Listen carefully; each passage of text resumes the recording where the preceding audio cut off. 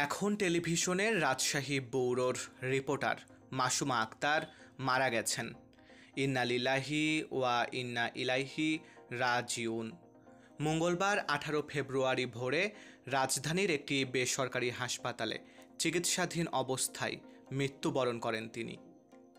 মাসুমার গ্রামের বাড়ি নাটোরের গুরুদাসপুর উপজেলার নারায়ণপুর গ্রামে। বাবা মায়ের 2 সন্তানের মধ্যে একমাত্র মেয়ে তিনি। গুরুদাসপুরে ছোট থেকে বেড়ে ওঠা তার।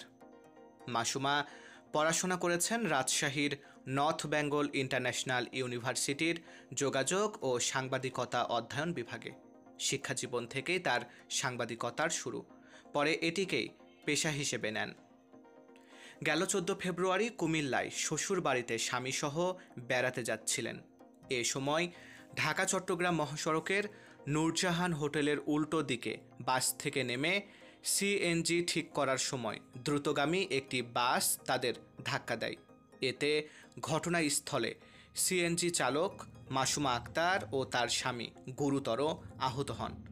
প্রথমে কুমিল্লা সদর হাসপাতালে এবং পরে উন্নত চিকিৎসার জন্য তাকে ঢাকা মেডিকেলে নেওয়া হয়। চিকিৎসায় উন্নতি না হলে তাকে রাজধানীর একটি বেসরকারি হাসপাতালে ভর্তি করা হয়।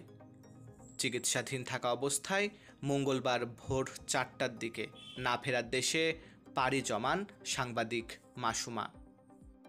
এদিকে সাংবাদিক মাসুমা আক্তারের মৃত্যুকে সাংবাদিকদের জন্য বড় ক্ষতি বলে জানিয়েছেন প্রধান উপদেষ্টার প্রেস সচিব শফিকুল আলম। উল্লেখ্য, মাসুমা কঠোর পরিশ্রমী ও বিনয়ী হিসেবে সবার কাছে পরিচিত ছিলেন।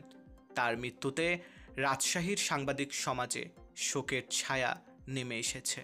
গ্রামের বাড়িতে চলছে শোকের মাতম। মারুফ হাসান বিশাল, বাংলা 10।